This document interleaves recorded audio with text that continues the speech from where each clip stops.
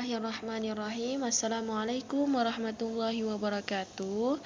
Baiklah, perkenalkan nama saya Yesi Krisdayanti, NIM 1830204133. Nah, baiklah, di sini saya akan menjelaskan tentang materi UAS. Nah, di sini saya mengambil poin B, yaitu uji hipotesis satu arah, uji one way ANOVA satu jalur, terus regresi dan juga uji Wilcoxon itu.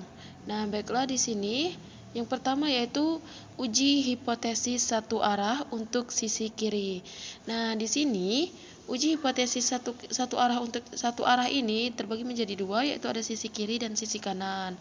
Nah, di sini saya membuat dua-duanya, yaitu sisi kiri dan sisi kanan. Nah, di sini saya sudah membuat soal ya untuk sisi kirinya juga. Untuk sisi kiri, nah, seorang direktur perusahaan alat kecantikan akan melaksanakan penelitian yang bertujuan untuk mengetahui kinerja karyawan yang ada di kantor yang dipimpinnya tersebut. Untuk keperluan direktur tersebut, maka direktur perusahaan tersebut membagikan kuesioner kepada para karyawannya. Nah, dapat kita lihat ya, di sini soalnya sudah ada.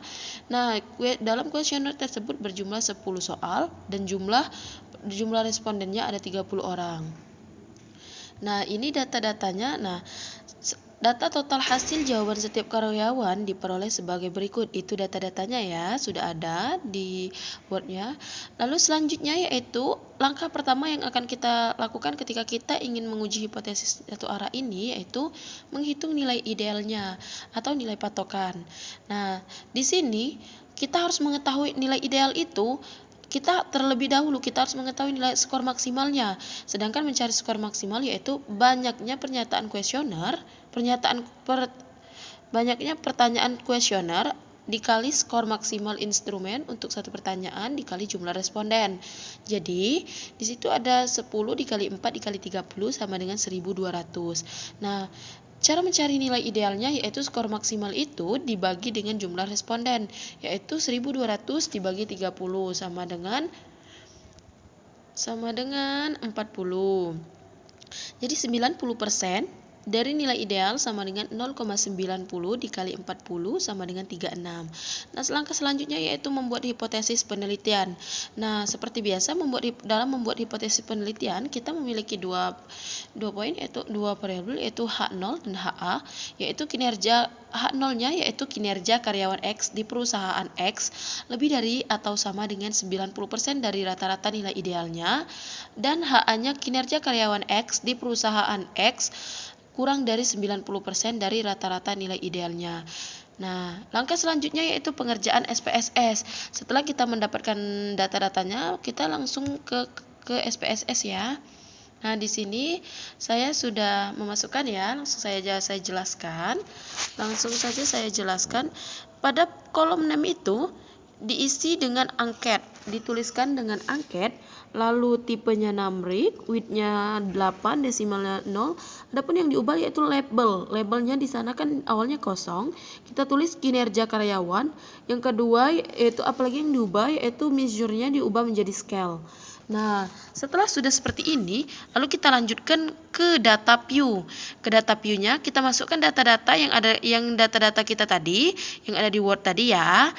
Setelah kita masukkan data-datanya, setelah sudah semua kita masukkan, lalu kita klik analyze. Kita klik analyze, comparements, one sample t-test. Lalu selanjutnya kinerja karyawan ini dipindahkan ke tes variabel ini, lalu tes palunya kita ubah dengan nilai ideal kita tadi, yaitu 36. Nah, selanjutnya kita oke-kan. Nah, nanti akan muncul output seperti ini. Nanti kita lihat ya. Ini outputnya. Nah, itu one sample t-test. Nah, kita lihat ini yang nilai signifikannya itu berapa, yaitu 0,407. Ini dua toilet atau dua arah. Bagaimana cara mencari satu arahnya? Kan kita sedang mencari satu arah ya. Dengan cara ini sudah saya simpulkan.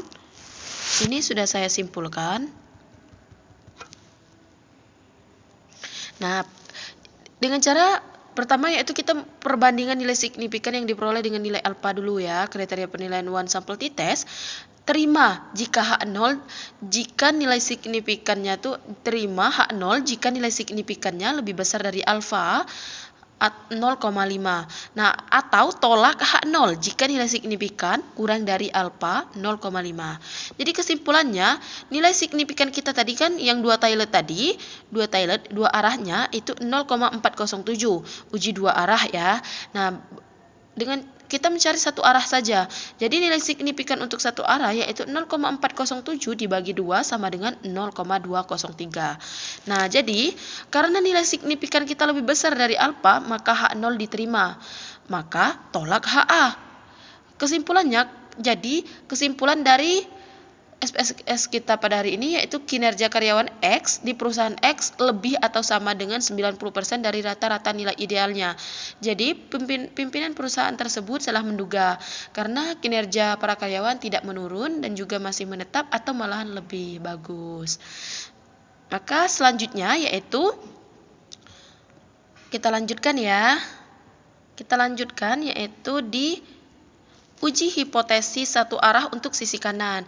Nah, di sini saya sudah mempunyai soal juga ya. Di sini seorang mahasiswa prodi PGSD Universitas Islam Negeri UIN Raden Patah Palembang melakukan pengumpulan data tentang daya tahan konsentrasi belajar bla bla bla bla. Itu bisa dilihat ya. Nah, pertama kita menghitung nilai ideal, nilai patokannya. Nah, nilai patokannya yaitu adalah 5 jam per hari, yaitu 5 jam, yaitu 5. Nah, membuat hipotesis penelitian seperti biasa kita harus membuat hipotesisnya ya, yaitu H0 dan HA. H0-nya yaitu rata-rata daya tahan konsentrasi belajar didik di sekolah dasar adalah 5 jam per hari. HA-nya rata-rata daya tahan konsentrasi belajar peserta didik di sekolah dasar lebih dari 5 jam per hari. Nah, cara menyatakan HA menunjukkan bahwa uji yang digunakan adalah uji sisi, yakni uji satu sisi yaitu sisi kanan. Nah, pengerjaan selanjutnya yaitu pengerjaan SPSS-nya. Kita lanjutkan ya. Ini pengerjaan uji SPSS-nya ya. Nah, di sini kita ketik di sini konsentrasi. Tadi kan kita ingin mengukur tingkat kekonsentrasian peserta didik di tingkat dasar. Nah, di sini kita ganti lagi desimalnya kita ubah menjadi 0. Nah, di sini lama konsentrasi yang dimiliki oleh anak. Lalu ada lagi yang diubah yaitu measure-nya kita ubah menjadi scale. Nah, setelah kita ubah semua itu, lalu kita masukkan data-data kita yang sudah kita masukkan, yang sudah ada data-data kita yang sudah ada di soal tadi ya. Lalu kita masukkan semua. Setelah kita sudah memasukkan, lalu klik analyze lagi, lalu conformance one sample t-test, lalu ini pindahkan ke test variable. Lalu di sini apa? Di sini jumlah tingkat kekonsentrasiannya idealnya, nilai idealnya ya. Tadi 5 di sini 5 ya. Lalu klik OK. Maka nanti akan muncul outputnya seperti berikut. Ini. Nah, one sample t-test.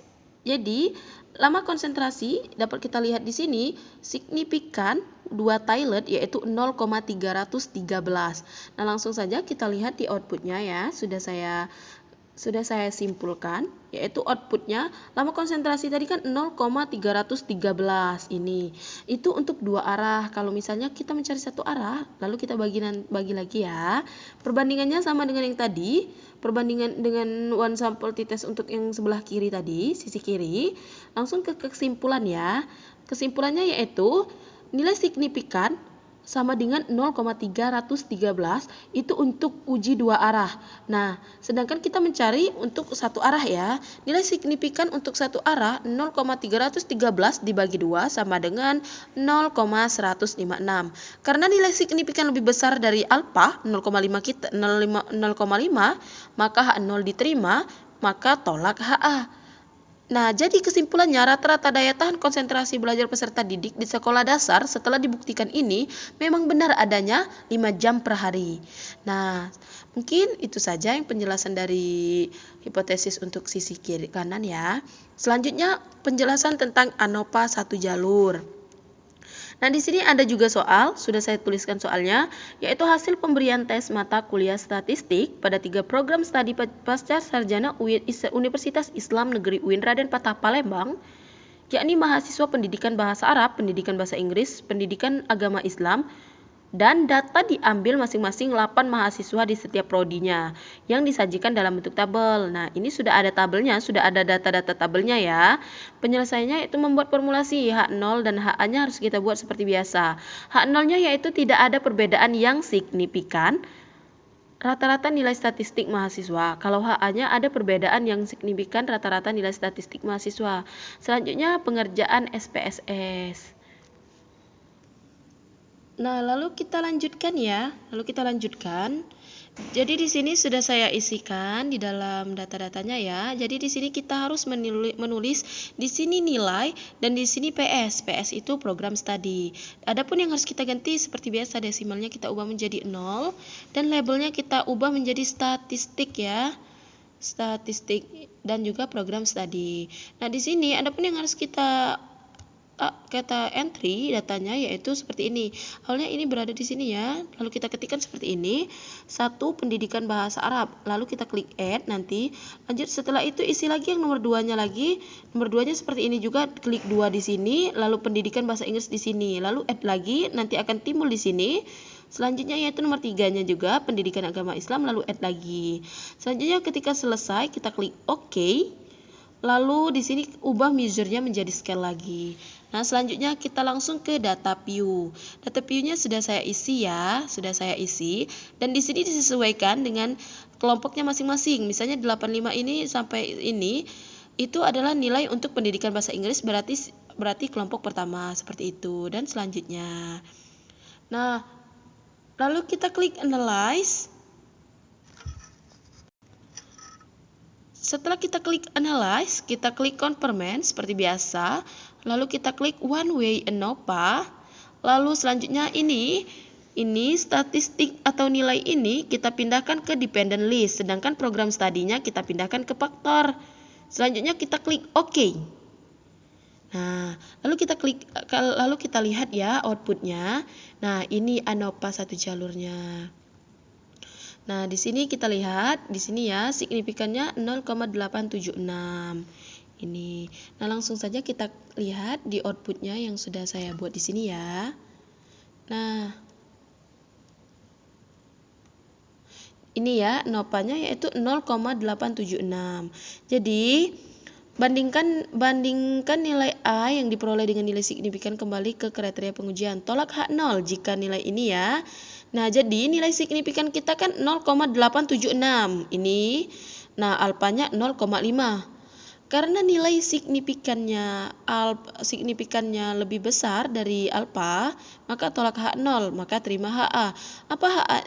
Terima HA. Apa HA-nya? Yaitu HA-nya ada perbedaan yang signifikan rata-rata nilai statistik mahasiswa. Jadi ada perbedaan ya. Nah, selanjutnya yaitu penjelasan tentang regresi linier sederhana. Nah, jadi di sini saya sudah membuat soal juga, yaitu seorang mahasiswa prodi pendidikan bahasa Arab Universitas Negeri UIN Raden Patah Palembang melakukan penelitian tentang pengaruh maharah kitabah atau menulis terhadap kemampuan mengingat siswa kelas 10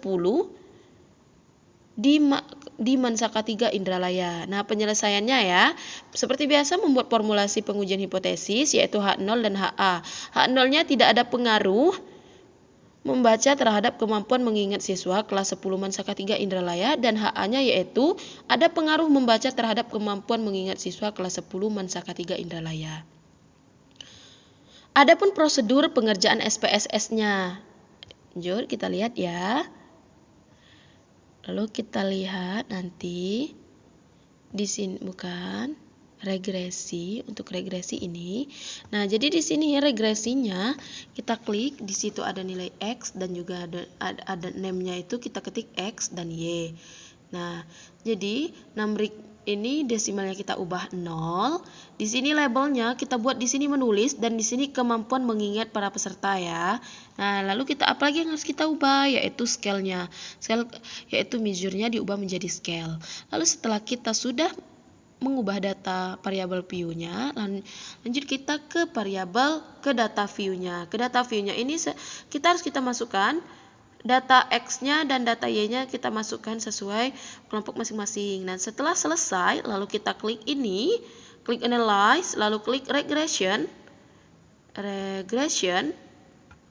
lalu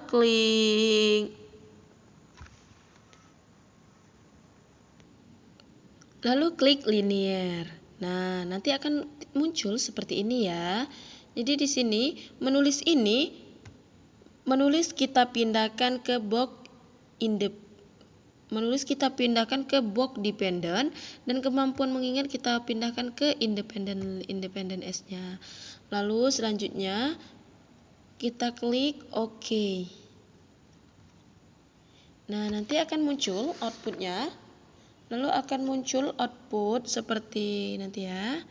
Seperti ini. Ini outputnya. Nah, ANOVA-nya ini ya, regressionnya ini. Jadi signifikannya 0,156. Nah, jadi kita lihat kesimpulannya ya. Bandingkan nilai alpha yang diperoleh dengan nilai signifikan. Kriteria pengujiannya yaitu tolak H0 jika nilai signifikan kurang dari A atau 0,5 ya. Karena nilai signifikan kita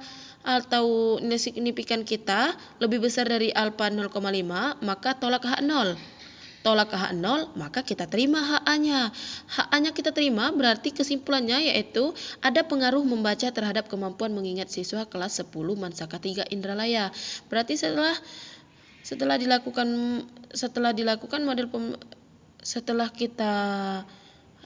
ternyata maharah kitabah menulis ini sangat berpengaruh untuk kemampuan mengingat siswa, seperti itu. Nah, selanjutnya yaitu tentang uji Wilcoxon. Nah, di sini konsep dasarnya ya. Konsep dasar uji Wilcoxon ini bertujuan untuk mengatasi ada tidaknya perbedaan rata-rata dua sampel yang saling berpasangan. Data penelitian yang digunakan dalam Wilcoxon ini idealnya adalah data berskala ordinal atau interval. Dan data Wilcoxon ini merupakan bagian dari statistik non-parametrik. Maka dalam uji Wilcoxon tidak diperlukan data penelitian yang